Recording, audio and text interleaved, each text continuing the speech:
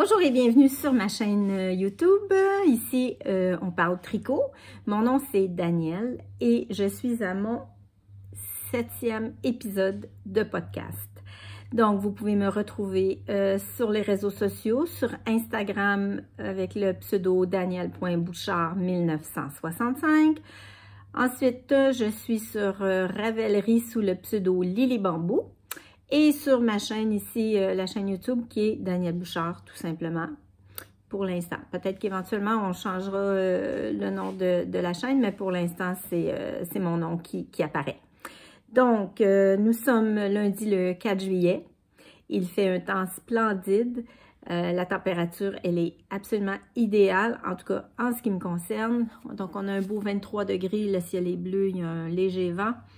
Pas de chaleur accablante, tout est parfait. C'est malheureusement pour moi mon dernier jour de vacances. J'avais pris une petite semaine de vacances la semaine dernière et je termine cette petite semaine aujourd'hui, donc je recommence à travailler demain. J'avais eu dans l'idée peut-être de faire d'explorer l'expérience de faire un vlog durant mes vacances. On dirait que ça me tentait plus ou moins. En fait, j'étais extrêmement fatiguée. J'avais vraiment besoin de cette semaine-là pour me reposer. J'avais une charge mentale qui était vraiment très, très grande. Et j'ai beaucoup dormi durant mes vacances. Donc, coucher très tôt, lever assez tard dans mon cas. Donc, moi, 8 heures, c'est je considère que 8 heures, c'est tard parce que je suis habituée de me lever vers 4h30, 5h le matin. Donc, j'ai dormi, j'ai récupéré, j'ai fait que des choses qui me plaisaient. J'ai pas été nulle part, j'ai fait aucune activité. Je suis restée à la maison, j'ai profité des lieux, j'ai profité de la présence de mon chien, de mes chats. J'ai regardé le potager pousser lentement mais sûrement. Et puis, j'avais comme pas trop envie finalement là, de me filmer à chaque jour. Donc, ce sera partie remise peut-être pour une autre vacance, puisque j'aurai des vacances au mois de septembre. Donc là, j'ai tout l'été à passer. Je regarde le calendrier, puis là, je trouve ça épouvantable d'imaginer que je vais être un gros 2 mois et demi à travailler, puis à pas pouvoir profiter de l'été. Mais bon, c'était mon choix. J'avais envie de prendre mes vacances plus cet automne, donc c'est ça. On dirait que là, aujourd'hui, je le regrette un peu, là. Je poursuivrai mes vacances là, encore pour 2-3 semaines. Là. Je suis tellement bien, ça m'a tellement fait du bien ce repos-là que là, j'aurais envie de poursuivre puis de profiter pleinement de l'été. Mais bon, les choix de vacances se font en février et puis en février, ben, j'avais planifié ça comme ça. Alors, c'est comme ça. Donc, demain, c'est retour au boulot. Et puis, j'avais envie de faire l'épisode podcast aujourd'hui parce que comme tout le monde est parti travailler autour de moi, ben ça va être quand même relativement tranquille. Donc, on va souhaiter que Rosie, qu'on voit ici derrière, ne soit pas trop vocale durant cet épisode. Les chats sont à l'extérieur, ça devrait bien se passer. Les voisins sont partis travailler, donc les chiens sont dans les maisons. Donc, en principe, tout devrait bien se dérouler. Pas d'imprévu à l'horizon, disons-le comme ça. Donc, sans plus attendre, je vais commencer à vous parler de mes tricots, parce que vous savez qu'ici, c'est une chaîne qui est dédiée au tricot. Aujourd'hui, il va y avoir un mini volet de crochet, et puis, mais essentiellement, là, c'est que du tricot. Donc, je vais commencer tout de suite par l'objet terminé. En fait, j'en ai plusieurs des objets terminés, mais l'objet terminé que je porte, je suis très, très fière de vous le présenter, même s'il se passe de présentation, c'est le ranunculus. Donc, je vais me lever pour vous montrer ma version que j'ai faite, quand même assez courte. Elle m'arrive juste, donc le nombril est là, peut-être un doigt sous le nombril. Donc, voilà. Je le porte sur une robe. C'est exactement dans cette optique-là que je l'avais imaginé. Je l'ai imaginé pour le porter avec cette robe-là. J'avais la laine. Et puis, je me suis décidée à faire ce pull-là vraiment sur je dirais un coup de tête, là, mais bon, c'est pas vraiment un coup de tête, mais disons que c'était très, très spontané. J'avais pas du tout planifié de faire le ranunculus. Et puis, c'est en regardant un épisode podcast de Mathilde Tricotte qu'elle m'a vraiment là, donné le goût de le tricoter. Elle nous avait présenté dans un de ses épisodes différentes versions du ranunculus qu'elle a tricoté elle-même. Et puis, j'ai vraiment eu envie à ce moment-là de le faire. D'autant que j'avais de la laine à la maison pour le faire.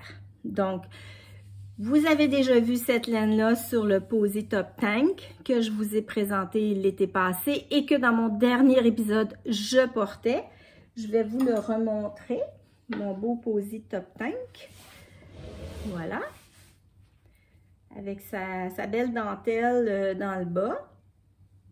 Je le porte régulièrement. Donc, voilà, ce sont des petits cousins. Donc, deux pulls dans ma garde-robe qui sont faites avec la même laine, la même couleur. C'est pas très original, mais j'avais tellement acheté des chevaux. Je sais pas pourquoi. Je pense que l'année passée, quand j'étais pas encore très habituée à calculer là, les quantités de laine et tout, et j'avais commandé 4 écheveaux. Imaginez, 4 écheveaux de laine fingering pour faire un top. Donc, finalement, j'en ai fait 2. Et puis, il me reste encore tout ça. Je ne l'ai pas calculé, là, mais je pense qu'il me reste dans les faciles 50 grammes là, de laine. Vous voyez, elle est toute, je ne sais pas si on peut voir, légèrement frisotée. Parce que ce cake-là a été détricoté de mon pull Eddie de Isabelle Kramer que j'ai abandonné et que je ne ferai pas.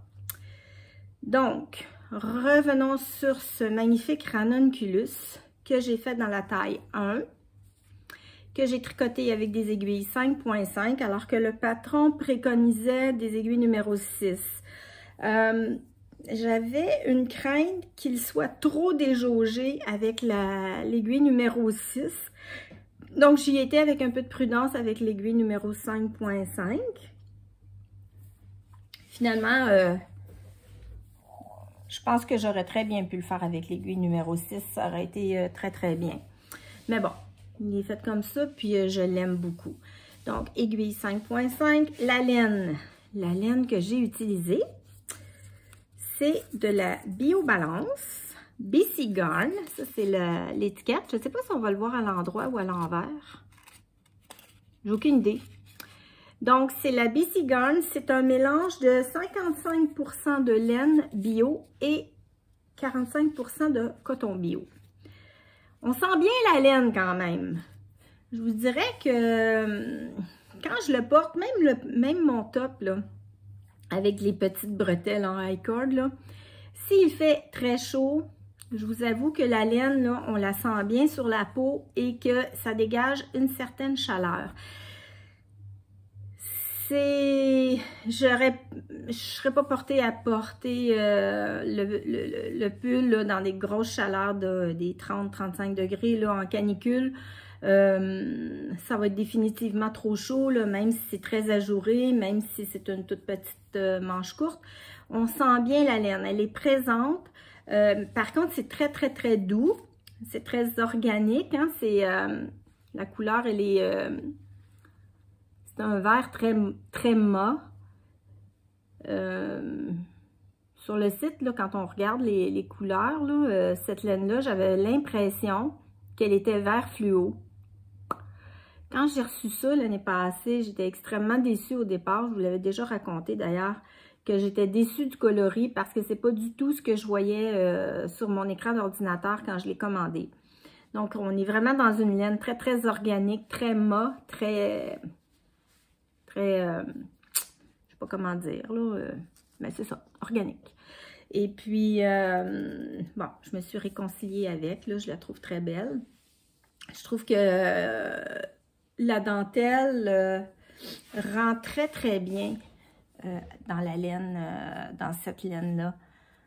C'est magnifique. J'ai fait la petite manche courte.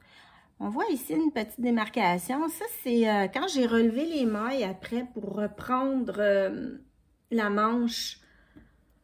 En fait, j'ai tricoté 6 rangs en jersey, puis après ça, j'ai fait une finition I-cord, mais je trouve que ça n'aurait pas été nécessaire, que j'aurais très bien pu juste reprendre les mailles que j'avais mis en attente, puis tout de suite y aller sur la finition I-cord. Ça m'aurait fait un pull avec des manches un peu plus courtes, un peu comme ça.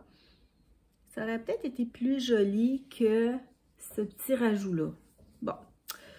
Ceci étant, c'est pas choquant. J'ai beaucoup de plaisir à le faire. Alors, le ranunculus, ben, il se passe de présentation. Je m'excuse, hein, je bouge beaucoup. Il se passe de présentation. Il a été tricoté 13 000 fois sur, quand on voit les projets sur Ravelry.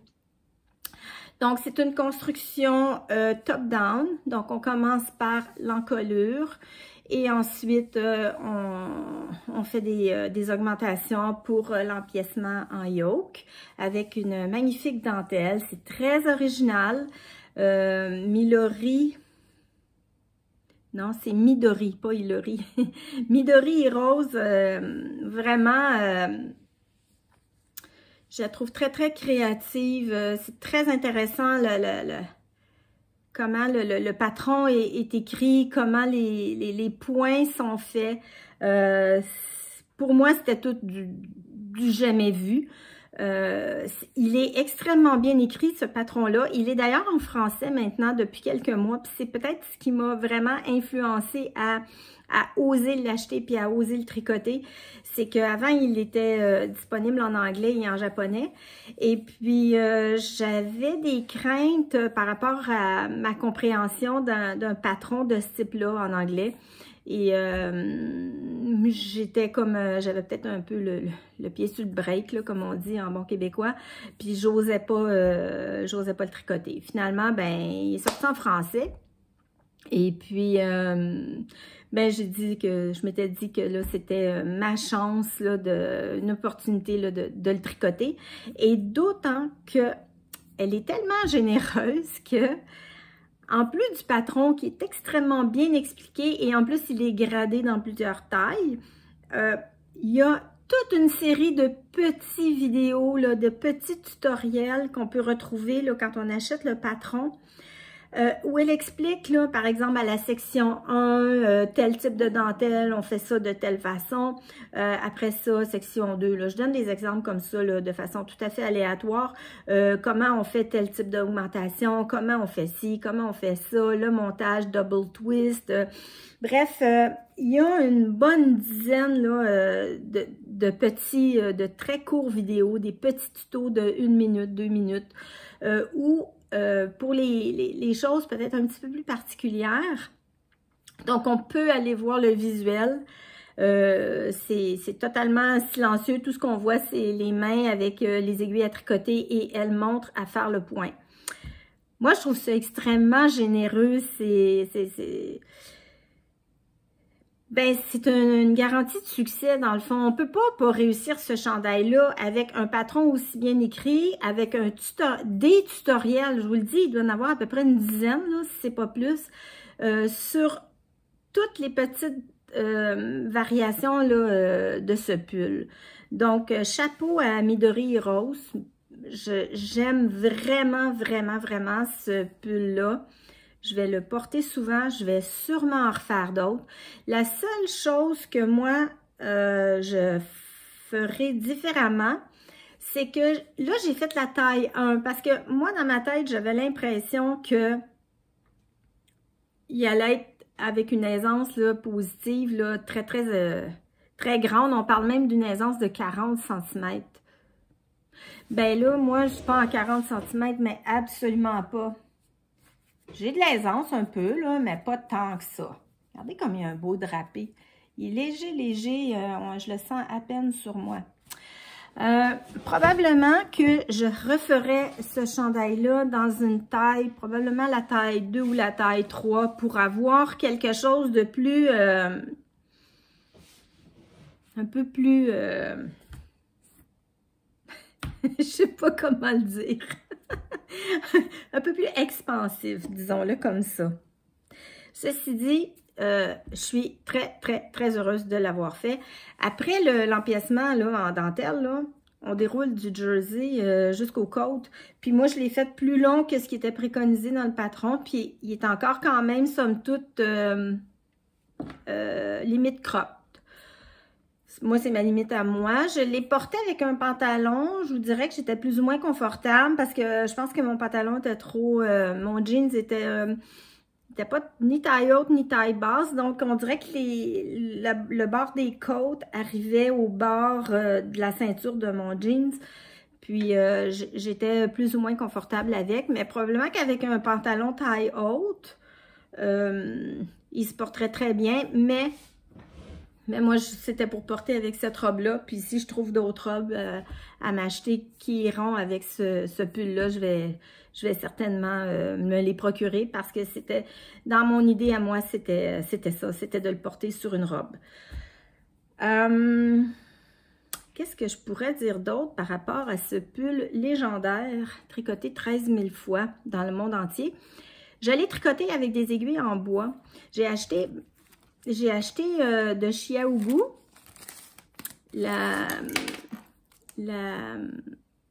les aiguilles en bois, en bambou en fait, pas en bois, sur le câble ici de 75 cm je crois, 55 cm. Un câble de nylon qui n'est pas tout à fait aussi souple que les câbles qu'on connaît, là, les câbles rouges. On voit que il y a... il reprend pas sa forme, là.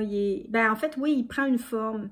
Mais j'ai adoré tricoter avec ces aiguilles-là. Puis je trouvais qu'avec la laine que j'ai utilisée, c'était un bon match. La laine glisse pas trop, mais en même temps, ça glisse quand même bien. Elles sont bien pointues. Elles sont très lisses, très légères aussi. En fait, c'est léger, léger. Donc, c'était une première pour moi de tricoter avec ce genre d'aiguille. Et puis, si j'ai acheté ça, c'est parce que je cherchais des aiguilles traditionnelles chez Chiaougou, les 5.5. Il n'y en avait plus à la boutique où j'étais. Donc, étant donné que j'étais plutôt pressée de commencer le pull et que j'avais pas envie ni de les commander sur Internet, ni de faire la tournée des boutiques, ben je me suis rabattue sur l'achat de ces aiguilles-là et je ne le regrette absolument pas. Je trouve que c'est idéal pour tricoter les pulls d'été, les pulls plus légers dans des matières végétales. Donc, j'imagine par exemple tricoter du bambou là-dessus, ça doit être très bien aussi parce que le bambou, ça a une belle fluidité, ça glisse. Alors, j'ai beaucoup aimé. Donc, les Chiaougou, donc c'est ceux-là ici, là, les spins. Donc, c'est des aiguilles en bambou de Chiaougou. Chiaougou qui est ma marque d'aiguilles préférée. En fait, je ne tricote qu'avec cette marque d'aiguilles-là. Des fois, j'essaye de reprendre d'autres aiguilles que j'ai, puis j'y arrive pas. Je reviens toujours à mes Chiaougou. C'est des petits bijoux d'aiguilles à tricoter. Franchement, là... c'est fantastique. Donc, je pense que j'en ai assez dit sur le pull Ranunculus.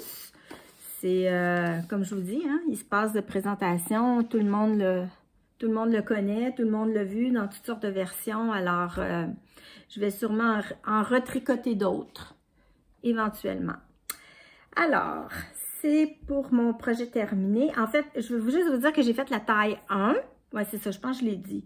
La taille 1, Puis, je le referai peut-être en taille 3 pour avoir une espèce d'effet plus lousse, plus ample.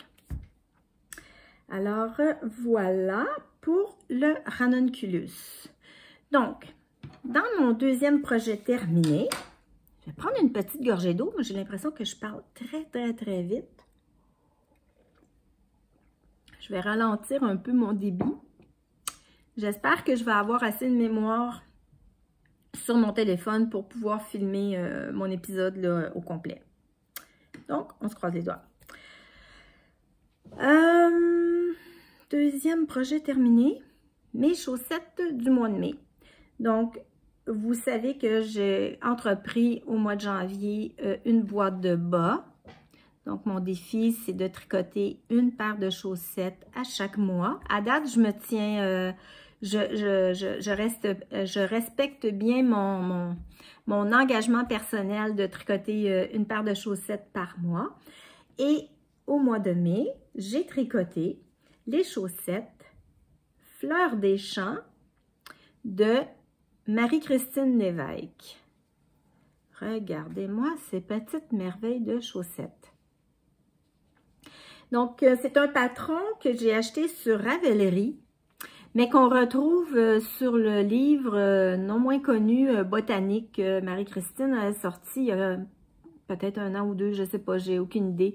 Moi, je n'ai pas le livre, mais on peut acheter les patrons individuellement sur Ravelry. Et bon, moi, c'est ce que j'ai fait avec cette chaussette-là. Donc, je vais juste vous montrer ici le patron que je fais toujours imprimer en noir et blanc pour économiser l'encre de couleur qui coûte très cher. Donc, ce sont les Fleurs des Champs. Donc, c'est une petite chaussette qui est presque à la limite à mi-chemin entre une chaussette et une soquette parce que la tige n'est pas très haute. La tige n'est vraiment pas très haute. C'est une construction toe-up. Donc, moi, c'est une construction que j'aime beaucoup. Donc, sur le dessus, c'est très simple. Hein? C'est une côte. Je pense que c'est de la 3-3 ou de la 4-4. Je ne m'en rappelle pas. Bref. Donc, on a des côtes sur le dessus. Le dessous, donc la plante, elle est toute en jersey. Et il y a des augmentations pour venir faire un talon renforcé à gousset. Et la tige, lorsqu'on a terminé le talon, on reprend la tige et c'est là que se déploie cette magnifique dentelle. Moi, je trouve ça tellement beau, je trouve ça tellement féminin, c'est délicat, c'est tout en douceur. Et à la fin, à la toute fin, il y a un deuxième motif là, de dentelle qui vient ouvrir la chaussette, là, comme une fleur qui s'épanouit, là. Donc, on va rester dans la botanique, on va parler de fleurs, de floraison et d'épanouissement. Donc, ça fait vraiment, là, très beau, très féminin, très doux. Et j'avais imaginé pour ces chaussettes-là, naturellement, une laine avec un coloris qui se marie bien là, avec le thème de floraison, fleurs des champs, etc. Donc, je voulais y aller vraiment vers quelque chose de très doux, de très nuancé, avec des belles petites pépites de couleurs là, un peu partout sur la chaussette. Donc, le coloris, en fait, c'est une laine de chez Entre Sœurs et Laine. Donc, je vous montre la petite étiquette. Encore une fois, je ne suis pas certaine que vous allez la voir à l'endroit. J'espère que oui. Donc, Entre Sœurs et Laine, c'est une teinturière québécoise. J'ai trouvé sur Internet. Donc, elle teint là, tout plein de belles laines. Là. Elles sont toutes plus belles les unes que les autres. Et mon choix s'est arrêté. Laissez-moi voir le coloris. Donc, c'est Floraison printanière. C'est le nom du coloris. Donc, je trouvais qu'avec Fleurs des Champs, Floraison printanière, on avait le kit parfait. Donc, c'est comme un écru qui tire un peu sur un jaune. C'est comme teinté jaunâtre un peu. Et c'est rempli de petits speckles de toutes sortes de couleurs, mais très nuancé, très doux, là. Il n'y a pas... La laine, elle est vraiment très douce, très agréable à tricoter. C'est un mérino nylon, laissez-moi voir. Oui, c'est ça. C'est 80% mérino, 20% nylon. C'est de la superwash et il m'en reste encore beaucoup. Il me reste tout ça. En fait, j'avais calculé le nombre de grammes. En tout, ben, il me reste 50,8 grammes. Donc, j'en aurai assez pour tricoter une autre paire de chaussettes, probablement. Ouais. Parce qu'il faut... Comme je disais, elle est à la mi-chemin entre une chaussette et une soquette. Elle n'est pas très haute, la tige, donc ça prend moins de laine. Donc, c'est pour ça qu'il m'en reste autant. Alors, oui, je vais certainement utiliser cette laine pour faire une autre paire de chaussettes, là. Pas cette année, par exemple. J'ai pas envie de tricoter 2 fois la même laine cette année. J'ai envie d'avoir toutes des laines différentes pour que ma boîte de bas soit très variée au niveau des couleurs, au niveau des textures et au niveau des teinturières aussi. Donc, mais peut-être que je pourrais en tricoter une paire pour ma petite fille. Peut-être. Enfin, elle va aller dans mes restants de laine fingering. J'en ai un beau 50 grammes. Alors, qu'est-ce que je pourrais dire d'autre sur ces petites chaussettes? C'est une construction toe-up, je pense que je l'ai dit. Le bout est bien rond, bien beau. C'est... j'ai fait le Turkish Cast-On, je pense. Je fais pas mal tout le temps ça, le Turkish Cast-On. Pour moi, c'est une formule gagnante. J'adore tricoter les chaussettes comme ça par la pointe. En Turkish Cast-On, on fait des augmentations, puis de part et d'autre. Puis ensuite, ben, on déroule le pied. Moi, ce que j'aime de cette construction-là, c'est qu'on peut essayer, au fur et à mesure, on peut essayer la chaussette, puis s'adapter. Quand est-ce qu'on commence les augmentations pour le talon? Ensuite, pour la tige, ben, on essaye le bas, puis on y va, on tricote, on regarde, OK, la tige, est-elle assez haute? Elle n'est pas assez haute? OK, on continue. J'aime beaucoup cette façon de tricoter. Puis, en plus, ben, on est tout le temps sûr que le pied va passer parce qu'on l'essaye au fur et à mesure. Alors que quand on commence par la tige, moi, ma faiblesse, c'est qu'au niveau du cast-on par la tige, souvent, il ne passe pas dans le pied, dans le coup de pied. Peut-être que j'aimerais apprendre à mieux tricoter les chaussettes par la tige. Là. Ce serait peut-être mes prochains défis de chaussettes, ce serait de commencer des patrons par la tige pour... parce que là, je suis tellement dans ma zone de confort quand je tricote en toe-up comme ça qu'on dirait que j'ai pas envie de me creuser la tête puis d'y aller par une autre façon. Mais bon, ce serait une façon d'apprendre quelque chose de nouveau. Donc, je verrai pour les prochaines, mais les prochaines vont probablement être encore en toe-up. Donc, cet été, j'ai pas trop envie de me casser la tête. Donc, ça, c'est pour mes chaussettes... comment ça s'appelle déjà? Fleur des champs. Il y a juste une chose. Moi, je les ai tricotées en 2,25. La designer préconisait 2,5 pour la grosseur d'aiguille. Moi, j'en ai fait qu'à ma tête. J'ai pris les 2,25 parce que je tricote toujours en 2,25. Puis c'est le rendu, le tissu qui me plaît le plus. Cependant, j'ai été obligée de les détricoter, puis de retricoter, puis de faire une grandeur au-dessus. Donc, moi, d'habitude, ma recette de chaussettes classique, c'est 60 mailles en toe-up, aiguille 2,25. Ça fait tout le temps. Avec ces chaussettes-ci, quand j'y étais en 2,25 sur 60 mailles, c'était trop petit. On m'avait dit, en tout cas, j'avais vu dans les réseaux sociaux ou je ne sais trop où, que Marie-Christine tricote très serré. Et je me suis rendu compte qu'effectivement, au niveau de la gradation, ben moi, là, dans ces patrons à elle, je fais un 64 mailles plutôt qu'un 60 mailles. Puis peut-être que j'aurais pu faire le 60 mailles avec l'aiguille 2.5, là je sais pas, mais bon, moi j'ai tricoté avec des 2.25, mais j'ai été obligée de recommencer une deuxième fois. Mais je n'étais pas rendue loin, là, j'étais peut-être rendue, je sais pas, moi j'avais la pointe, puis une partie ici de fait, mais peut-être même que j'étais rendue aux augmentations, je me souviens pas, mais je l'essayais, je trouvais que ça tirait, là, j'avais l'impression que les côtes allaient, tu sais, étaient toutes comme... full étiré comme ça, là, sur le pied, là, c'était comme, c'était pas très esthétique. Puis je me disais, non, ça peut pas être aussi tendu que ça. Donc, je me suis décidée à les détricoter et à les refaire un point plus grand. Et franchement, je regrette pas du tout d'avoir fait cette option-là. Donc, juste revenir un instant sur la laine de Entre Sœurs et Laine. La designer, mais la teinturière s'appelle André Mongrain. Ça, c'est sa petite carte d'affaires. Elle avait mis un beau petit, un petit marqueur de maille, là, une petite ampoule sur sa petite carte d'affaires. Donc, vous irez voir les belles choses qu'elle fait.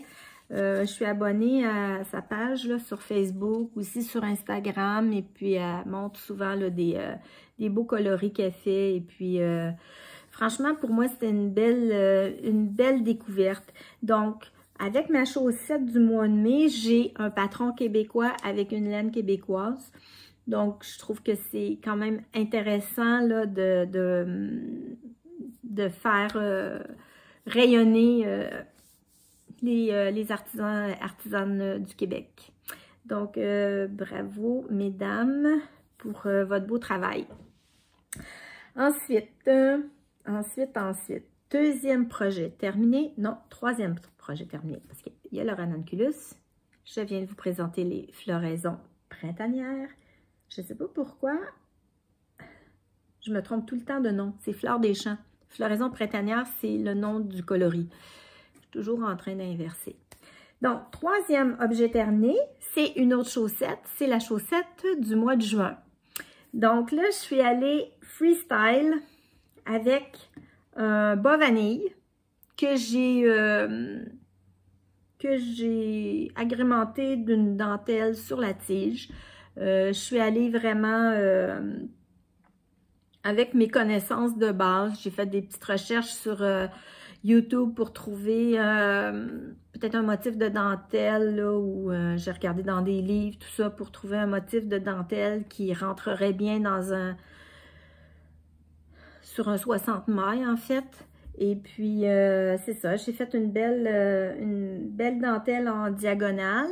Et puis, pour la fin de la chaussette, j'ai repris la finition de Fleurs des Champs. Donc, la petite corolle de fleurs. Donc, je vais vous présenter dans un premier temps les dites chaussettes, qui sont ces chaussettes-ci, qui sont des bas vanille que moi, j'ai rebaptisé Fleurs de bambou. Puis avant de donner le nom, je suis allée voir si les bambous, ça fleurissait. Et oui, ça fleurit. Alors, je pouvais les appeler Fleurs de bambou.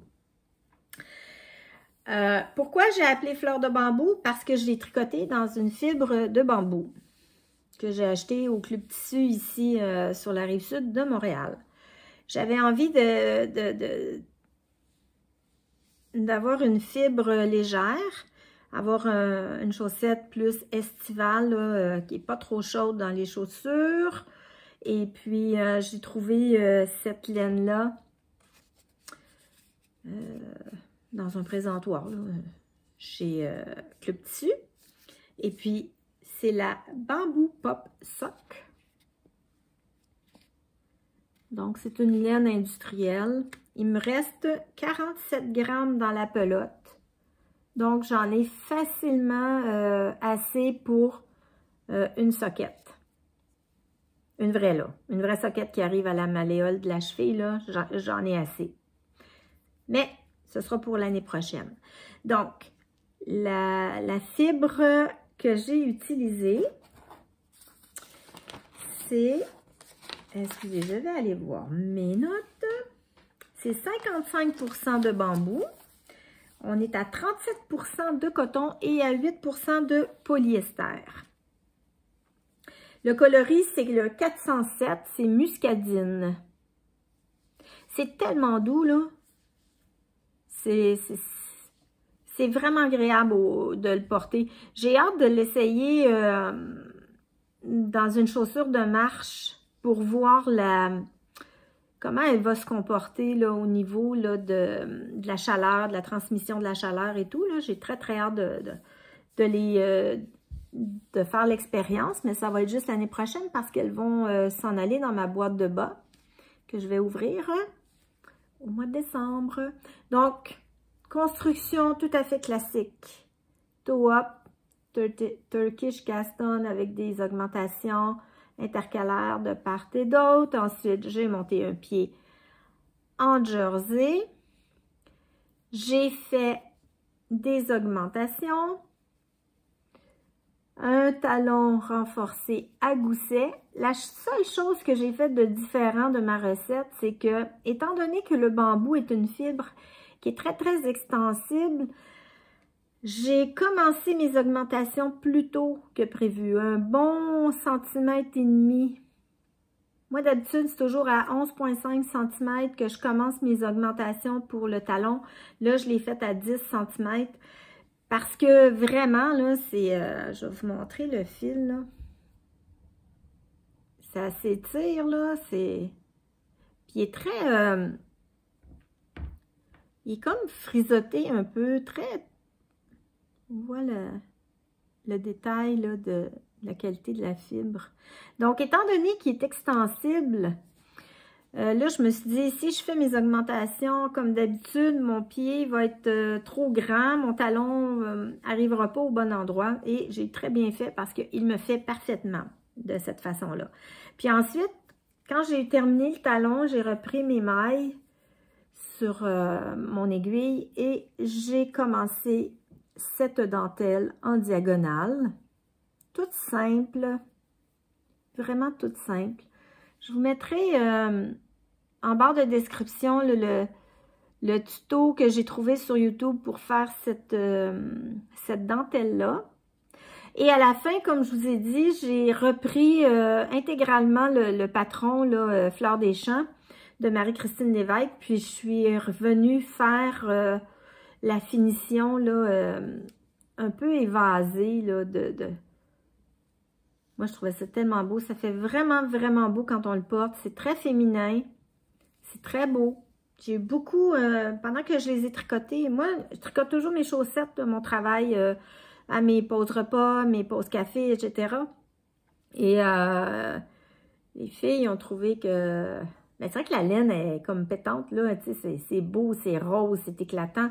Donc, les filles ont trouvé ça très, très beau. J'ai eu beaucoup de compliments déjà sur ces jolies petites chaussettes. Donc, tout simple à faire.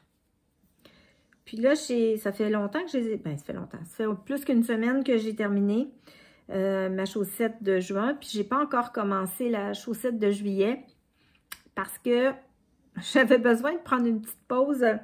de chaussettes, là. Excusez, ça me pique. J'avais besoin d'une petite pause chaussettes. Et puis, comme j'attends la sortie d'un patron, puis j'attends aussi de la laine, là, pour commencer les chaussettes de juillet, ben ça m'a donné le temps de me reposer des chaussettes. Puis, comme ben je recommence à travailler demain, ben ça va bien arriver, là. Je vais pouvoir, quand je vais recevoir ma laine, recommencer pour une chaussette au mois de juillet. Donc, c'est tout pour les petites chaussettes. Donc, c'est deux belles petites paires qui s'en vont directement dans ma boîte de bas 2022. Ensuite, je vais aussi dire que mes chaussettes, moi, je les tricote en Magic Loop.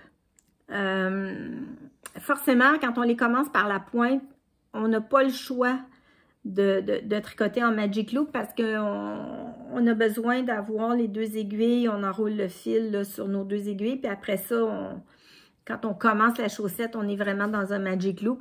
Et c'est d'ailleurs en utilisant cette technique-là que j'ai appris à tricoter en Magic Loop, puis que j'ai non seulement appris, mais que j'ai apprécié tricoter en Magic Loop. En fait, j'ai bien essayé de tricoter avec des mini circulaires et je n'y arrive absolument pas. Quand je tiens la mini circulaire, j'ai des tensions dans les avant-bras, mais on dirait que ça vient comme exacerber les douleurs là, de mes tendinites.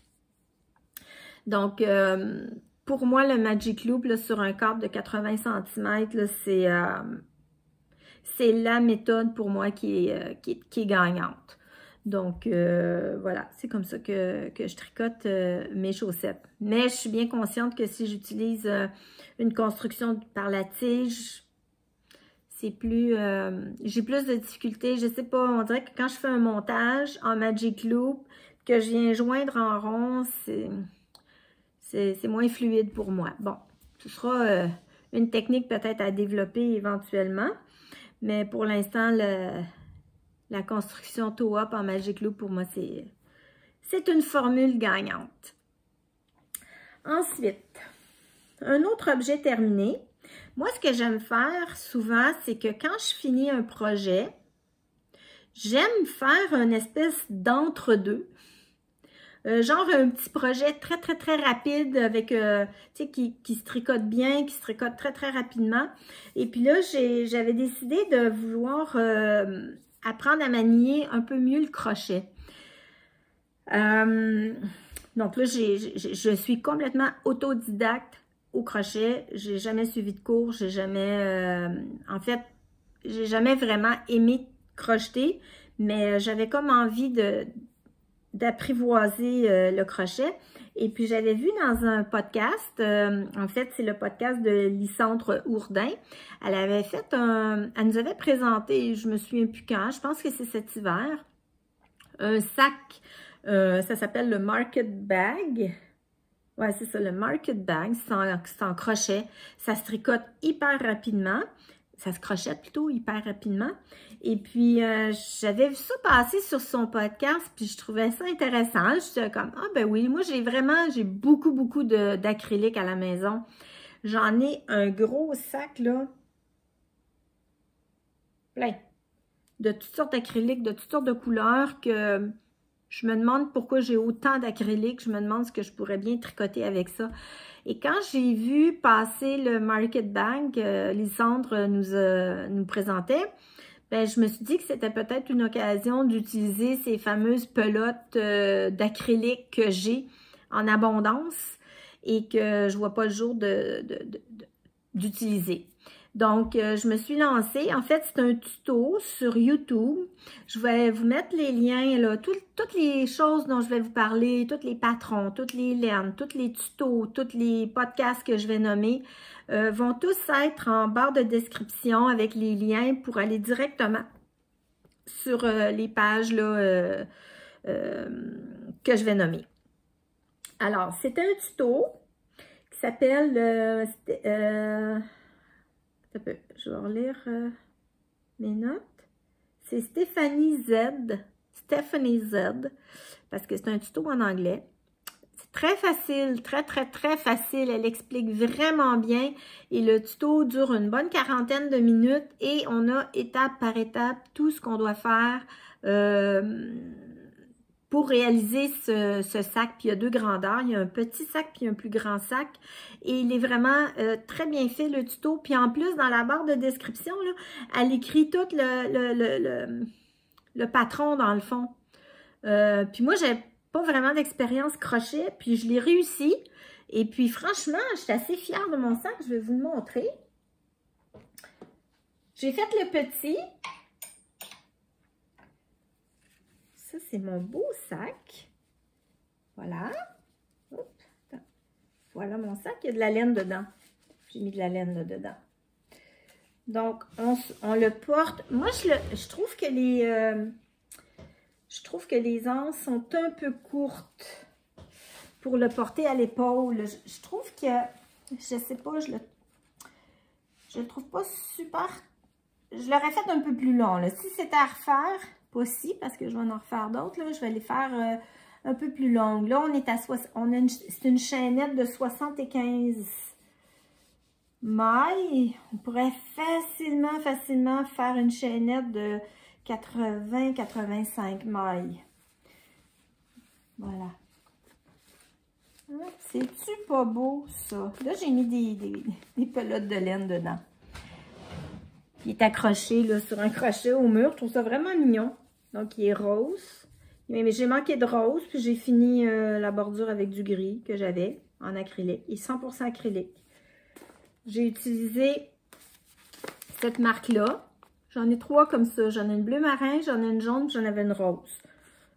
Je pense que je vais toutes les utiliser pour faire des sacs. Je trouve ça vraiment mignon.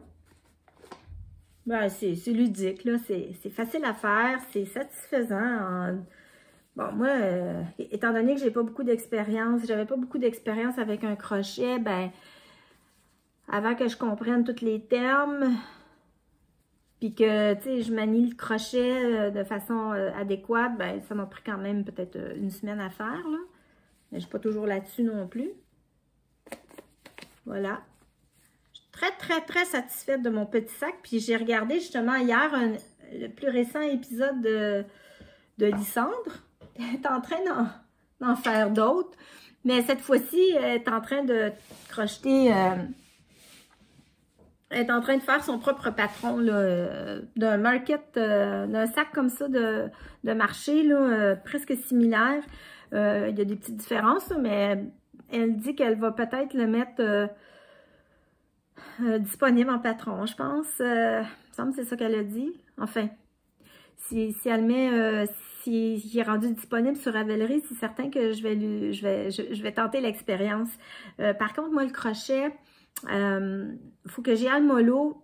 Comme je disais, avec mes tendinites, ça me fait plus mal crocheter que tricoter parce qu'on dirait que ça vient solliciter jusqu'à l'épaule. Donc, quand je crochette trop, je ressens une brûlure un peu au niveau de tout le bras jusqu'à l'épaule. Fait qu'il faut que j'y aille quand même mollo dans le crochet. C'est pour ça que je fais que des tout petits projets rapides avec des gros crochets. Là. Je pense que ça, j'ai crocheté ça avec un crochet numéro 6. J'ai-tu marqué? Je pense que non. Je pense que c'est un crochet numéro 6 que j'ai utilisé. Ça va vite, là. C'est très, très agréable à faire. Donc, ça, c'est petit objet terminé. Puis, j'en ai fait un autre. Quand j'ai fini mon ranunculus, je voulais faire une transition. C'est comme des petits interludes que je me donne, là. Donc, je veux faire des petits projets rapides. Comme je le disais, très satisfaisant. Mais là, quand on parle de rapide, c'est dans le très rapide. C'est une éponge à vaisselle. Je vais vous la montrer tout de suite. C'est une petite éponge pour laver la vaisselle. Que j'ai faite dans cette laine-là, ben dans cette fibre-là, c'est pas de la laine, hein, on s'entend, c'est un... Il y a rien de plus synthétique que ça. C'est un 100% acrylique, évidemment. Ça se tricote avec un crochet numéro 4, ça prend 1 heure à faire. Vraiment, là, ça prend 1 heure à faire.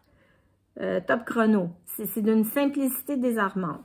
C'est aussi un tuto sur YouTube qui s'appelle Émilie Tuto Crochet et compagnie, qui est un tuto en français. Et c'est Chantal de Fraîcheur Mentalo qui a présenté ces petites éponges-là dans son dernier épisode. Et comme j'avais à la maison ces pelotes d'acrylique qui sont dédiées à tricoter des trucs de vaisselle, des petites éponges, des tawashi, etc. Ben, j'ai dit, tiens, je me lance dans la confection de petites éponges. Donc, j'en ai tricoté une grise qui est déjà en fonction dans mon lavabo. Et j'ai tricoté une jaune que j'ai gardée pour vous présenter. Il y a 50 grammes dans ça. 85 grammes. Je vous dis, on peut tricoter 50 éponges dans ce... avec une pelote comme ça. Et puis, j'avais acheté ça chez Michael il y a peut-être 1 an ou 2. J'ai payé ça 6 $. 6,49 $. Donc, en euros, mesdames, là, ça doit faire dans les 3 €. Je ne sais pas combien ça pèse. Ça pèse rien. Je vous le dis, là, faudrait que je calcule, faudrait que j'aille jusqu'au bout de la laine pour voir combien d'éponges on peut faire. Moi, d'après moi, on en fait une bonne vingtaine. J'en ai 2. Alors, j'ai des éponges à laver la vaisselle pour un très bon moment. C'est très agréable à tricoter. Puis en plus, là, c'est tellement le fun de laver la vaisselle avec ça que ça devient une corvée presque agréable. C'est petit, c'est très malléable et ça retient bien le savon quand on met un petit peu de savon, là. Puis franchement, merci beaucoup Chantal de nous avoir présenté ça, d'avoir partagé le lien sur YouTube parce que c'est franchement très, très satisfaisant et à faire et à utiliser par la suite. Donc, ça, c'était ma petite interlude au crochet. Et puis, je pense que ça fait le tour des objets terminés pour cet épisode-ci. Je vais juste jeter un coup d'œil à mes notes. Effectivement, tous les projets terminés ont été présentés. Je vais prendre une petite gorgée d'eau. Il me reste à vous présenter les projets en cours, mais je dirais plutôt le projet en cours parce que j'en ai qu'un présentement. Parce que j'attends de la laine pour commencer ma chaussette du mois de juillet. Et puis j'attends aussi le patron. Je vais en reparler un peu plus tard, là, quand je serai rendue à la portion projet futur. Donc, mon seul projet en cours présentement, c'est un châle. C'est le Bumbo Genesis. Je vais vous montrer le patron ici, Bumbo Genesis. Donc, c'est un patron de String and Bean que je connais absolument pas. Je ne sais pas si c'est anglais ou américain. Je ne sais pas d'où ça vient. Je n'ai pas fait mes recherches, je suis désolée. C'est un patron qui est disponible sur Ravelry, qui est en anglais. Et c'est un patron qui m'a été présenté, oui, il m'a été présenté à moi, juste exclusivement, non. Il a été présenté par Julie de Lolipelote, qui l'a tricoté cet hiver, là, au printemps, pour l'offrir à sa maman. Et tout au long de son projet, nous le présentait dans ses vlogs. Et puis, je suis vraiment littéralement tombée sous le charme de ce châle. Et j'ai décidé de me lancer dans le tricot de ce châle, même si c'est en anglais. Je me suis dit qu'il y avait des beaux défis à relever dans ce châle-là. En fait, c'est un châle qui est asymétrique et qui comporte 19 sections différentes, donc des points différents, des textures différentes. Et puis, il y avait, pour moi, il y avait 2 défis. En tout cas, j'en vois 2. Il y en a peut-être d'autres, là. En fait, non, il y en a 3. Donc, il y a la langue anglaise. Donc, c'est un patron qui est quand même, il y a plusieurs pages, là. Il y a 8 pages. C'est en anglais. Et puis, déjà, c'était pour moi un défi. Deuxième défi, bien, il y a de la brioche. Jamais fait de brioche. Juste dire le mot, ça me fait peur. Puis là, ben, je me lance comme sans filet. Je tricote de la brioche sur un châle. Alors, deuxième défi. Puis, il y avait un troisième défi que j'ai terminé hier. Une section complète d'insertion de perles. Et ça a été un beau défi. C'est pas d'insérer la perle qui était le défi, c'était de comprendre le point texturé à travers l'insertion des perles. Donc, puis il y a sûrement d'autres défis que je vais découvrir au fur et à mesure là, que je vais le tricoter parce que je ne suis qu'à mes débuts. Et puis, il y a 19 sections. Alors, je vais vous montrer ce que j'ai fait à date. Donc, c'est un châle qui commence ici, par la pointe. Puis, on a une première section qui est comme un point un peu gaufré. Donc, on augmente d'un côté, on diminue de l'autre pour tranquillement arriver à une forme asymétrique. Ici, on a une petite section, j'aurais dû enlever ça, une première petite section de brioche. Donc là, j'ai été initiée tout de suite après la section gaufrée, qui était somme toute relativement simple à faire. on fait une petite transition au point mousse, puis ensuite, il y a une petite section de brioche. Puis là, ben, franchement, j'ai adoré tricoter cette brioche. Il faut dire que c'est, dans la brioche, là, c'est probablement ce qu'il y a de plus simple à faire, là, de la brioche unicolore. Donc, je suis pas peu fière de ma petite section de brioche. Et puis, je sais que plus loin dans le châle, on va retricoter de la brioche avec beaucoup plus de... Parce que là, j'avais pas beaucoup de mailles à l'époque, là, sur l'aiguille. Là, je devais peut-être avoir même pas 50 mailles, là. Donc, ma petite brioche que j'ai faite. Et ensuite, un autre petit transition de point mousse et l'insertion des perles que j'ai fini hier soir. Je voulais la finir avant de vous la présenter. Puis aussi, je voulais la finir avant de finir mes vacances. Regardez la texture. Donc, les pierres, les perles sont toutes en quinconce.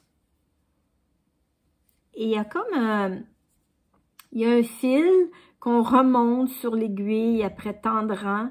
Puis ça vient faire, les petites perles viennent s'insérer à la jonction. Ça fait comme des losanges ou des carrés, je ne sais pas trop comment l'exprimer. Et on vient mettre toutes les petites perles comme ça, tout le long. Là, on est rendu là. Là, le châle commence à prendre un petit peu plus d'ampleur. Là, j'ai atteint les 100 mailles. Puis, il y a une petite bordure de point mousse de chaque côté. Et là, je pense que la prochaine section, là, ben, il va y avoir un petit peu de point mousse là, en transition. Puis après ça, on commence une section de torsade. Donc, ça, c'est mon Bumbo Genesis.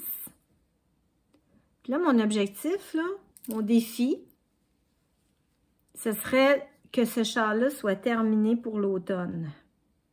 Puis quand je dis automne, là, je ne parle pas du 30 novembre. Je parle de à peu près mi-octobre. Début octobre, mi-octobre, là, pour pouvoir le porter. Bon, moi, je tricote pas super vite.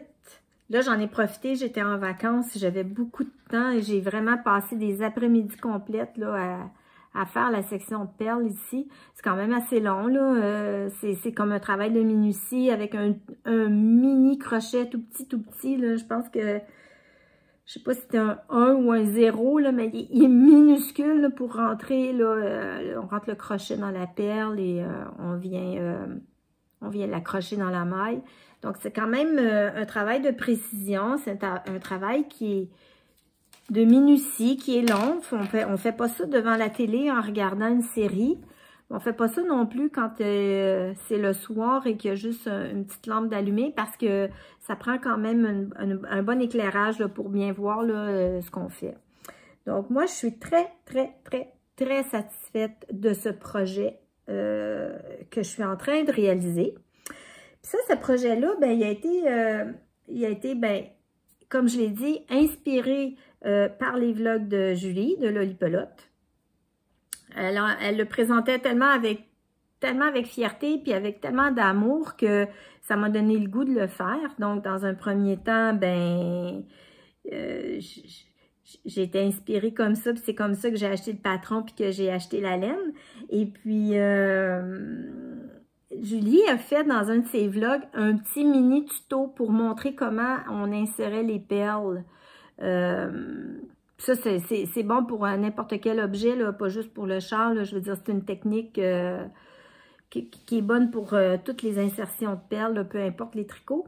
Puis elle avait fait un petit tuto à l'intérieur même d'un vlog. Puis là, quand je suis rendue à insérer les premières perles, je me rappelais plus comment faire. Et puis là, je cherchais dans les vlogs antérieurs de Julie. Puis là, j'étais comme, voyons, c'est où, c'est quel vlog? Puis là, ben, ça me tentait pas de regarder 8 vlogs pour trouver le tuto qui dure quelques minutes. Alors, j'ai pris l'initiative d'envoyer un message personnel privé sur Instagram à Julie. Et elle m'a répondu en moins de 5 minutes pour me dire attends, je vais aller vérifier, je vais te dire ça tout de suite. Puis elle m'a donné le numéro du vlog et tout. Et puis, franchement, c'est en moins de 10 minutes, là, j'avais toutes les informations que j'avais besoin et grâce à Julie. Donc, je trouve ça très, très généreux de sa part. Merci beaucoup, Julie. Si tu passes par là, je t'envoie tout plein de bisous. Merci d'avoir répondu aussi rapidement à mon questionnement. Grâce à toi, j'ai été capable d'insérer mes perles et puis de mener à bien cette section. Et je vous dirais que un des défis aussi de cette section-là, c'était pas juste d'insérer les perles, mais c'était de comprendre, parce que je le répète, le patron est en anglais. Donc, c'était de comprendre la technique pour venir comme relever des mailles, les remettre sur l'aiguille. Bon, je ne veux pas dévoiler, là, c'est un patron payant, mais ça a été quand même, j'ai dû défaire à quelques reprises, puis finalement, j'ai fini par, ça a fini par cliquer, puis j'ai compris le principe, et puis après, ben ça s'est déroulé vraiment toute seule. Donc, voilà pour le Bumbo Genesis. Et je vais aussi vous parler un petit peu de la laine, parce qu'elle est trop belle, la laine que j'ai achetée. Mais là, je ne trouve pas mon étiquette, par contre. Je pense que je ne l'ai pas avec moi. Mais c'est pas grave, parce que de toute façon, le châle, je vais vous en reparler, là, dans les podcasts subséquents, là, parce que je pense pas que je vais le terminer d'ici une semaine, là. Je tricote pas aussi vite que certaines d'entre vous. Et d'autant plus que je recommence à travailler, donc mon temps de tricot va diminuer. Ben ouais, ça va faire comme ça, le temps de tricot, là. Donc, ma laine, c'est de la laine de chez... Je regarde mes notes, je suis désolée, je ne regarde plus. C'est de la Fiber Studio. C'est une laine que j'ai achetée aux États-Unis, en Caroline du Nord. Regardez-moi cette beauté de laine. Donc, c'est une laine avec du bambou dedans aussi. On voit là, sa brillance. Donc, c'est du mérino et du bambou. C'est 65% de mérino superwash et 35% de bambou. J'avais envie de tricoter du bambou parce que Christelle Tricotte en parle tellement dans ses vlogs de sa Méri Bambou que je ne peux pas acheter parce que c'est en Bretagne, puis parce que je ne peux pas payer les frais de port, puis les frais de livraison, puis le taux de change, puis toutes ces choses-là.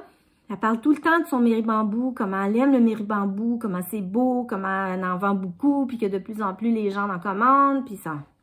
Puis bon, j'avais envie d'expérimenter le Méribambou, mais comme je ne pouvais pas me procurer celui de Christelle Tricotte, ben j'en ai trouvé un aux États-Unis qui est un petit peu moins cher pour moi. Et c'est ça, c'est la Fiber Studio. Et puis c'est le coloris Tomato. Il est un petit peu surexposé au niveau de la lumière, là. Donc, c'est un rouge rosé. Donc, on peut imaginer une belle tomate rose. Pas une tomate rouge, là. C'est pas une romano-italienne, là. C'est plus une belle tomate rose, rosée. Rouge rosé, brillant. C'est beau. Elle est douce, douce, douce. J'ai acheté un écheveau. C'est arrivé, la commande est arrivée. Un énorme écheveau. Je me suis mis à bobiner l'écheveau. Ça fait un énorme cake. Je pensais même pas que ma bobineuse allait prendre toute cette laine-là. Et le cake débordait là, de la bobineuse. C'est vraiment impressionnant. Donc, un écheveau, il a 1120 mètres. Donc, je vais faire tout mon châle avec. Je vais avoir 2 fils à rentrer. Merveilleux. Qu'est-ce que je peux vous dire d'autre sur cette magnifique laine teinte à la main aux États-Unis? Je pense que j'ai tout dit. Je pense que j'ai tout dit. Je vais juste continuer à avoir beaucoup de bonheur à tricoter et la laine et le projet. C'est le fun quand on trouve... tu sais, quand on aime le projet, puis on aime la laine, on dirait que le plaisir est décuplé parce que des fois, on va tricoter soit un projet qui est plus difficile avec une laine qu'on aime ou l'inverse, un projet qu'on aime mais avec une laine qui nous donne un peu de fil à retordre. Là, pour le châle Bumbo Genesis, j'ai vraiment le combo parfait. Et puis, c'est ça qui est ça. Je tricote avec des aiguilles 3.25 de Xiaogu. Encore une fois. Ensuite, qu'est-ce que je pourrais vous raconter? Donc, mes projets futurs. Prendre une petite gorgée. À date, ça va bien. On va toucher du bois. C'est tranquille. Les animaux sont tranquilles. Les voisins sont pas revenus de travailler. Puis les tondeuses se sont tues. Parce que ce matin, il y a eu un concert de tondeuses. Et puis, j'ai dû fermer les fenêtres tellement c'était agressant. Mais là, c'est le calme plat. C'est fantastique. Donc, dans mes projets futurs, parce que là, il faut dire que j'ai juste mon châle et que j'aime bien avoir un châle qui est comme un projet au long cours, que je me mets pas trop de stress à le faire, même si là, je me suis mis un deadline du mois d'octobre, là. J'ai quand même, c'est un projet au long cours, mais j'aimerais ça avoir soit un autre pull, soit un gilet ou, bon. Je voulais faire le top Mahé de Mademoiselle Pétronille. Puis là, je me rends compte que je suis hyper influençable là, au niveau des podcasts. Moi, je regarde un podcast, là, je suis comme, oh, je veux faire ça. Oh oui, je vais utiliser cette laine-là. Oh oui, si. Oh oui, ça. J'ai hyper influençable. Sachez-le. Si vous me proposez des choses, c'est sûr que je vais être très influencée à les essayer. Donc, dans le dernier épisode de Mademoiselle Pétronille, elle nous présentait le top Mahé dans du chanvre. Et elle ne tarissait pas d'éloges pour le chanvre. Bon, c'est sûr que son top est magnifique, le drapé, il n'est pas froissant du tout, le top est magnifique. Et puis, elle nous a vanté toutes les qualités du chanvre. Et moi, ben, je me suis laissée tenter par l'expérience et j'ai acheté du chanvre. Je vais vous montrer l'étiquette, puis je vais vous montrer les cakes que j'ai fait. Juste un instant, je quitte momentanément la caméra, mais je reviens. Et voilà. Donc, j'ai acheté du chanvre. Ça, c'est de la corde. C'est de la corde. En plus, le fil, ben moi, en tout cas, les autres, ils disent que c'est une fingering, là. C'est plus à mi-chemin entre un lace, c'est comme un gros lace, ou un très petit fingering. J'ai fait des échantillons. Je suis collée sur ma chaise, juste un instant. J'ai fait des échantillons. J'ai essayé d'arriver à l'échantillon que Mademoiselle Pétronille, en fait, c'est Céline, son nom. J'ai essayé d'aller de faire l'échantillon. J'y arrivais pas du tout. J'ai utilisé les aiguilles numéro 3. Après ça, j'ai diminué à des 2,75. Après ça, j'ai diminué à des 2,5. Puis là, j'étais rendue à des aiguilles numéro 2 pour arriver à son échantillon. Ben moi, je ne me ferai pas un top avec des aiguilles numéro 2. Non, madame. C'est beaucoup trop long. En plus, je n'aimais pas le rendu. C'est vraiment difficile de tricoter cette fibre-là. Je trouve pas que ça fait une belle définition de maille. Je trouve pas que ça fait un beau tissu. C'est probablement moi qui est malhabile puis qui n'a pas l'expérience requise pour tricoter de la corde. Mais là, je me retrouve que j'ai acheté 3 écheveaux que j'ai séparés en cake. Puis là, je ne sais pas ce que je vais faire avec ça. Puis en plus, ce qui est étrange, encore une fois, je ne sais pas comment vous voyez la couleur de cette fibre-là. Moi, j'y vois un caramel café au lait ou quelque chose du genre. Mais croyez-le ou non, sur le site, on écrivait que c'était abricot. Puis en fait, la couleur sur le site, là, sur les photos, tirait beaucoup sur le orangé. Puis quand j'ai reçu ça, Je dis, on est tellement loin du abricot, ça n'a pas de bon sens. C'est pas de l'abricot pantoute, ça, c'est du café au lait, cannelle ou je sais pas quoi, là, caramel. Moi, je trouve pas que c'est abricot du tout, du tout. C'est, j'ai acheté, ça c'est l'étiquette. C'est de la hemp, c'est 100% chanvre de Borgo de Pazzi. Comment vous aimez mon accent italiano? C'est fait en Italie. Donc, c'est made in Italy. Et puis, je vais prendre mes lunettes. Parce que c'est écrit très petit. Donc, on est sur un chanvre naturel. C'est 50 grammes pour 250 mètres. Et puis, c'est la couleur apricot. Je ne sais pas si on peut le voir. Je ne sais pas si vous allez le voir à l'envers. Peu importe. Donc, si je mettrais un abricot à côté de ça, là, moi, je trouve qu'on est très, très, très loin de l'abricot. Ceci dit, je l'aime quand même, la couleur. Je trouve que c'est... Je la trouve belle. Je trouve que c'est une belle couleur. C'est très riche, c'est très chaud. En plus, il y a un beau brillant dedans. Le seul problème, c'est que je ne sais pas ce que je vais faire avec ça. Là, je m'étais dit, je vais peut-être tricoter un autre ranunculus. Bon, pour tout vous dire, là, je l'ai monté. Ça fait 2 fois que je l'ai défait parce que j'ai vrillé mon travail. La définition des mailles, là, regardez ce que ça donne. Peut-être que quand je vais le dérouler, ça va finir par être beau. Mais là, au lieu de le tricoter en simple, je vais essayer de le tricoter en double. Parce que je l'ai essayé en simple, puis franchement, là, c'est du gros n'importe quoi. Je ne sais pas si je vais aller au bout du projet. À date, ça ne me plaît pas du tout, mais bon, j'ai un rang de fait. Je ne sais pas si vous avez déjà tricoté du chanvre. Est-ce que tous les chanvres ont ces particularités-là? Moi, j'ai l'impression d'avoir de la ficelle de boucher entre les mains, là. Il me semble que je ficellerais un petit rôti avec ça, là. Puis là, ben, j'ai la prétention de vouloir faire un chandail. Si vous avez déjà tricoté du chanvre, bien, j'aimerais ça vous entendre. J'aimerais ça connaître votre expérience. Comment vous avez apprivoisé cette fibre-là?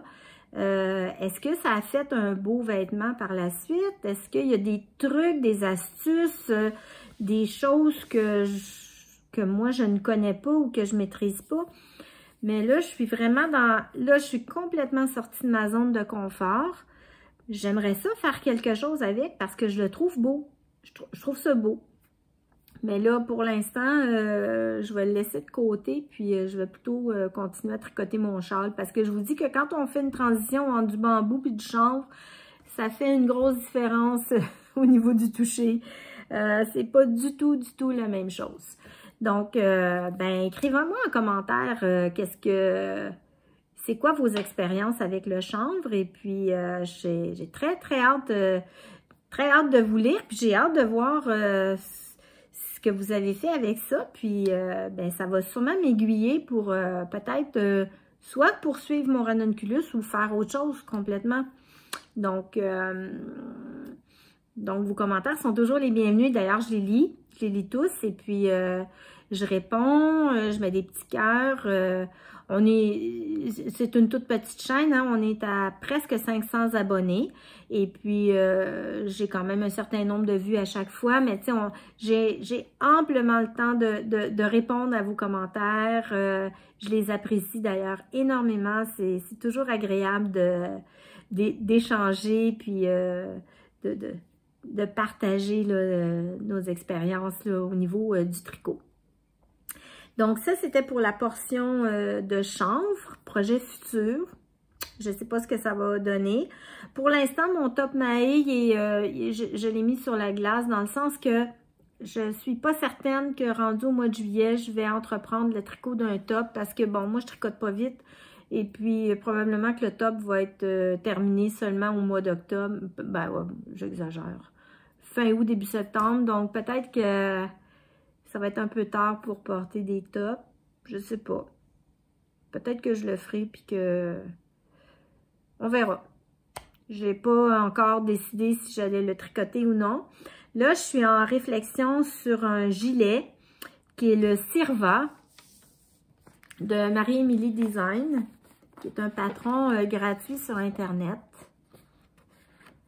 Donc, c'est ce gilet-là qui a été tricoté par de nombreuses tricoteuses là, que je suis sur les réseaux. Je le trouve magnifique. Je le vois déjà. Je pense déjà à la laine que je vais utiliser. Je l'imagine un gilet plus automnal avec sa belle torsade ici là, de part et d'autre. Il a l'air quand même, c'est comme un degré de difficulté là, un peu plus élevé pour moi. Il y a des éléments de construction que j'ai jamais fait encore.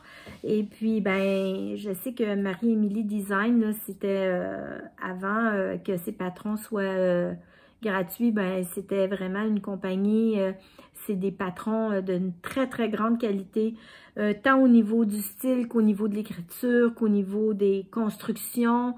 Donc, c'est des patrons qui, pour moi, oui, sont gratuits, mais ils ont une très, très grande valeur. Si vous allez sur la bibliothèque, là, la patronthèque de Marie-Émilie Design, on peut voir des modèles. Ils sont tous plus beaux les uns que les autres et ils sont tous maintenant disponibles gratuitement pour des raisons...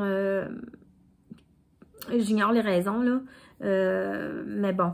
Je pense que c'est peut-être pas de gaieté de cœur qu'elle a laissé ses patrons comme ça, là, gratuits. Ceci dit, ben, j'ai beaucoup de gratitude là, envers cette designer-là. Et puis, ben, si je me décide à le faire, là, c'est certain que chaque maille sera tricotée avec beaucoup d'amour et beaucoup de gratitude pour ce don qu'elle a fait là, pour les tricoteuses que nous sommes, parce que c'est des vêtements d'une très, très grande qualité. Et avant de l'entreprendre, je vais beaucoup étudier pour le patron et la construction pour être certaine de lui rendre justice et de lui rendre hommage. Je vais aussi probablement utiliser une laine de teinturière, ce que j'ai pas encore fait pour des pulls. Parce que c'est quand même un budget, mais pour ce patron-là, qui je le répète est le Sirva de Marie-Émilie Design, j'aurais envie d'y aller vers une belle laine de teinturière, là, quelque chose de... Ce serait peut-être mon gros projet de l'année, là. Ben, ça me tente. Je vais sûrement me laisser tenter, mais on dirait que là, j'ai encore une petite crainte. Je suis pas certaine que je vais être capable de le faire.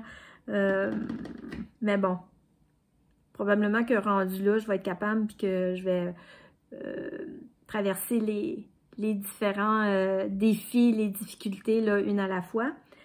Ben, à suivre. À suivre, c'est vraiment un projet que je chéris puis que je voudrais commencer quand même assez rapidement parce que c'est un projet que j'aimerais pouvoir porter aussi cet automne. Donc, moi, si je veux porter un projet à l'automne, on est déjà le 4 juillet, ben ça me laisse 2 mois et demi là, pour le tricoter. Je pense que c'est un temps alloué qui est quand même acceptable pour moi. Là, c'est pas mal dans mes temps de tricot, là, 1 mois et demi, 2 mois et demi, dans ces coins-là. Donc, ce serait ça pour mes projets futurs que vous allez voir.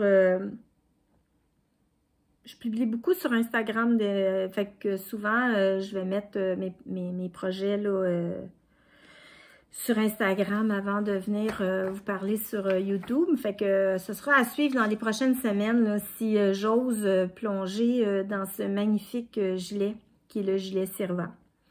Donc, à suivre. Et ma chaussette de juillet, qui est aussi un projet futur, qui va être dans un futur quand même plus ou moins rapproché, là, parce que faut que je les commence, là. On est rendu au 4 juillet, mais bon, j'attends ma laine. J'ai acheté de la laine de chez Beaufibre. Beaufibre, c'est une teinturière québécoise que j'ai découvert à travers un podcast qui s'appelle Mathilde Tricotte. Et elle a parlé de la laine et je suis allée tout de suite voir sur le site internet et j'ai été charmée par une laine. Elle fait, c'est pas la laine mystère du mois, mais disons qu'il y a un thème à chaque mois. Et puis, on a la palette de couleurs. On sait pas la laine, ça va être quoi son rendu, mais on a une idée parce qu'elle met la palette de couleurs, là, elle met son nuancier de couleurs. Et puis, ben, on peut imaginer que la laine va avoir toutes ces couleurs-là mélangées ensemble, probablement sous forme de speckle ou de nuances. Enfin, je ne sais pas. Je l'attends. J'ai extrêmement hâte de la recevoir. Je l'ai commandée vendredi soir tard, alors je ne m'attends pas à la recevoir d'ici encore peut-être 3 ou 4 jours. J'ai vraiment très, très hâte de voir cette laine. Et puis, c'est probablement avec cette laine-là que je vais tricoter mes chaussettes de juillet. Et j'attends aussi une sortie de patron qui est un patron de Julie, de Lolipelote. Donc, c'est les fameuses choquettes. Donc, c'est un design qu'elle a fait, qu'elle a créé. Et je sais que les chaussettes étaient en test. Et d'après moi, le patron, s'il n'est pas sorti, il n'est pas loin d'être sorti. Je n'ai pas encore vu le vlog qu'elle a sorti vendredi. Je suis un petit peu en retard là, dans mes vlogs, mais dans mes vlogs et dans mes podcasts. Mais il va sortir très bientôt et je veux absolument tricoter ces choquettes. Parce que ça s'appelle choquette parce que c'est un mélange entre soquette et chaussette. Elle a fait une espèce de lapsus à un moment donné. Ça a donné choquette. Et après ça, ben finalement, le nom est resté. Puis elles vont s'appeler les choquettes, je crois. En tout cas, j'attends la sortie de patron. Je vais vraiment les tricoter. Là. Ça va me faire extrêmement plaisir là, de tricoter des chaussettes qu'elle a designées elle-même. Donc, d'ici peut-être une semaine, là, je devrais être bien équipée pour ma chaussette du mois de juillet. Ensuite, on arrive au bout de la vidéo. Il reste encore 2 petites choses que j'aimerais vous parler. J'ai découvert une boutique de laine au Québec. Je l'ai découvert sur Internet. C'est d'ailleurs là que j'ai acheté mon chanvre. Ça s'appelle la boutique Wool Emporium de laine. Donc, E-M-P-O-R-I-U-M. Puis Wool, c'est W-O-L. Et puis, c'est dans le beau petit village de Montebello. Je ne suis pas allée, mais je l'ai commandé en ligne, mais c'est à Montebello. Puis bon, je trouve que c'est un beau village là, du Québec. Un des très beaux villages du Québec. Et puis, j'avais envie de vous parler de cette boutique-là. J'ai trouvé très agréable de faire mon achat en ligne. J'ai reçu ma commande rapidement. Il y avait un beau petit message là, de la personne qui avait préparé ma commande. Et puis, dans le paquet, il y avait un petit sachet comme ça. Je vais vous montrer c'est quoi. Puis là, je vais le faire directement devant vous. Donc, c'est des petits cœurs, des petits cartons en forme de cœur. Puis à l'intérieur, je ne sais pas si on peut les voir, il y a des petites graines, des petites semences. Puis là, il y a un petit papier explicatif qui dit de placer les cartons sur un terreau, de mettre une petite couche de terreau par-dessus, de garder ça humide, puis de regarder ça pousser. J'avais envie de le faire avec vous. Donc, je vais mettre des petits cartons dans de la terre. J'ai déjà préparé mon pot. Puis là, je vais mettre mes petits cartons que je vais enfouir légèrement dans la terre. On va en mettre 3. Peut-être c'est trop, je sais pas. Il m'en reste 3. J'en mets 3, puis il m'en reste 3. Tiens.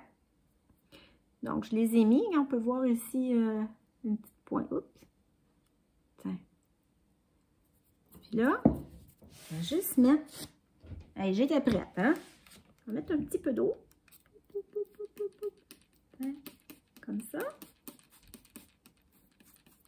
On voit bien. Là, je vais placer ça au soleil. Ils disent de placer ça au soleil, puis de regarder pousser. Voilà, vous êtes témoin? Quand je vais revenir faire un autre épisode, je vais vous montrer ce que ça a donné. Peut-être que ça ne donnera rien du tout. Je ne sais pas. Je trouve ça amusant. Des petites choses ludiques. C'est des petites attentions qu'on reçoit des fois dans nos petits colis qu'on commande de nos teinturières qu'on aime tant. Que ce soit un petit marqueur en forme d'ampoule, un petit sourire sur la facture ou un petit truc comme ça, là. Moi, ça fait ma journée. C'est pas grand-chose, hein, mais ça fait ma journée. Ça amène...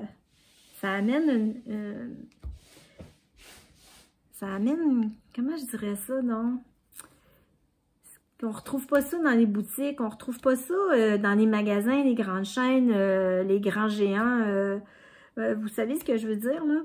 Quand on commande de personne à personne, ou des petites boutiques, ou des trucs vraiment à dimension très, très humaine, il y a un échange, c'est plus qu'un échange monétaire, il y a comme un échange de cœur aussi. D'ailleurs, les petits cœurs, les petits cartons sont faits en forme de cœur. Moi, j'aime ça, ça me met de la joie dans ma vie, ça me met tout en joie. Bon, je prends pas grand-chose pour me mettre en joie finalement, puis c'est bien, tant mieux. La vie étant ce qu'elle est, tous les petits bonheurs qui passent, on les prend, puis c'est ça. Parce que si on attend si on a trop d'attentes, si on a des attentes démesurées, bien souvent, on est déçu. Alors moi, les petits bonheurs comme ça, les petites attentions, les petites choses toutes douces, toutes légères comme ça, ben ça me comble. Voilà. Alors, je sais pas... la personne qui a fait ma commande de la boutique Wool Emporium, ben je ne sais pas t'es qui. Je ne me souviens pas de ton nom. Je ne sais pas s'il était écrit sur la facture, mais en tout cas, merci. Tu as fait ma journée quand j'ai reçu mon colis. Il me reste juste maintenant à savoir qu'est-ce que je vais faire de mon chanvre. Quelle idée d'acheter du chanvre. Enfin. Qu'est-ce que je pourrais vous raconter d'autre avant que je quitte? Ça fait déjà 1h30 que je vous parle. Je regarde l'heure, il y a 1h d'après-midi. J'ai plus grand-chose à faire aujourd'hui. Moi, ma journée est faite. J'ai commencé très tôt ce matin. Je vais peut-être vous parler des... J'écoute toujours régulièrement là, les podcasts, les vlogs. Et puis, bon, la dernière fois, je vous avais parlé de certains vlogs et podcasts que j'écoutais. Et là, j'ai mentionné à quelques reprises Mathilde Tricot, qui est un podcast que j'ai découvert. Je ne sais plus comment, peut-être par l'entremise d'un autre podcast ou peut-être que si je l'ai trouvé par hasard, je ne m'en rappelle pas. Ceci dit, j'aime beaucoup écouter Mathilde nous raconter ses histoires tricotesques. C'est une jeune femme qui habite à Montréal, mais qui elle est française, je crois. Et c'est le fun parce qu'elle nous parle de Montréal. Puis j'ai déjà habité dans le quartier où elle habite, alors ça m'interpelle quand elle nous parle de certaines choses. Et elle tricote vraiment très bien, elle fait des belles choses. C'est un beau podcast. Moi, j'aime ça. C'est un beau moment de détente là, quand il y a un épisode, là, un nouvel épisode en ligne, là, je l'écoute régulièrement. Il y a aussi dans les podcasts que j'écoute, quand je vois le petit piton bleu là, à côté de mon abonnement, là, quand je vois qu'il y a un nouvel épisode, là, Fraîcheur Mentalo, Chantal, franchement, c'est du bonbon, c'est toujours agréable à regarder. Elle est toujours dans son environnement, là, avec son jardin, son étang, ses petits canards, on voit son chat. Moi, j'adore ça. J'aime ce qu'elle tricote, j'aime ce qu'elle nous raconte, j'aime l'environnement dans lequel elle est entourée. Donc, c'est toujours du bonheur quand Chantal sort un épisode. Je pense que la réputation n'est plus à faire. Chantal, elle est très connue là, avec sa chaîne Fraîcheur Mentalo, donc... c'est pour moi un incontournable. Et un troisième, vous savez, j'en écoute beaucoup. Fait que je vais en nommer seulement 3, mais sachez qu'au fil du temps, je vais toujours nommer des chaînes différentes là, pour honorer différentes personnes. La 3e que j'avais envie de vous parler, c'est Flo du Var. Var, VR, là, en France. Mais elle est au Québec, elle aussi, dans une autre région. Elle n'est pas à Montréal, elle est en Gaspésie. Et elle nous présente là, plein de beaux tricots qu'elle fait. Et puis, toujours agréable à regarder. C'est des beaux moments que je passe avec vous, mesdames. Et puis, ben, j'avais envie de vous les partager, tout simplement. Et puis, ben, ça fait le tour des petits podcasts. J'ai pas fait de découvertes, là, ou de choses, là. C'est sûr que l'été, on est moins sur les réseaux. En tout cas, moi, personnellement, je suis moins sur les réseaux. J'essaye de me garder à jour, là, avec mes... tu sais, il y a comme des incontournables là, que je veux regarder à chaque semaine, comme L'Eau Demoiselle, Alice Gerfaux, Christelle Tricotte, évidemment, Julie de Lolipelote, c'est un rendez-vous. J'ai aussi découvert la chaîne Rêver sa vie en couleur. C'est vraiment, c'est du bonbon. Moi, quand elle parle, je me souviens pas de son prénom, mais je m'excuse. Je me reconnais dans ses histoires. J'ai l'impression quand elle me parle, quand elle parle, elle raconte des histoires, puis j'ai l'impression de me reconnaître. C'est toujours amusant. C'est très agréable à regarder. Je passe des très, très, très beaux moments à vous regarder, que ce soit en format vlog ou que ce soit en format podcast. C'est des beaux échanges, c'est des beaux partages, et puis c'est la belle communauté du tricot, du crochet. Puis c'est ça met de la joie puis du soleil dans ma vie. Alors là, je pense que j'ai vraiment fait le tour. On est à 1h30 de vidéo. Est-ce que vous allez vous rendre jusqu'au bout? La question, elle est posée et elle est lancée. Si vous arrivez jusqu'au bout de cette vidéo, je vais faire comme Emma de Tricolibri. Je vais vous demander de me mettre un emoji, lequel, puisqu'on est en plein été, je vais vous demander de me mettre des soleils, si vous vous rendez jusqu'au bout de la vidéo. Si vous vous rendez pas au bout, je vous comprends, 1h30 de podcast, c'est quand même long. Je suis désolée, j'avais beaucoup de choses à vous présenter. Je parle beaucoup et je trouve ça fantastique parce que c'est le silence ici. Mon chien qui est là a été extrêmement tranquille. Merci Rosie d'avoir collaboré à ce podcast. Alors, je vous souhaite un bon tricot. Je vous souhaite un bel été. C'est le mois de juillet qui commence. J'espère que vous allez avoir du bon temps. Si vous avez des vacances, je vous en souhaite de très belles. Profitez-en.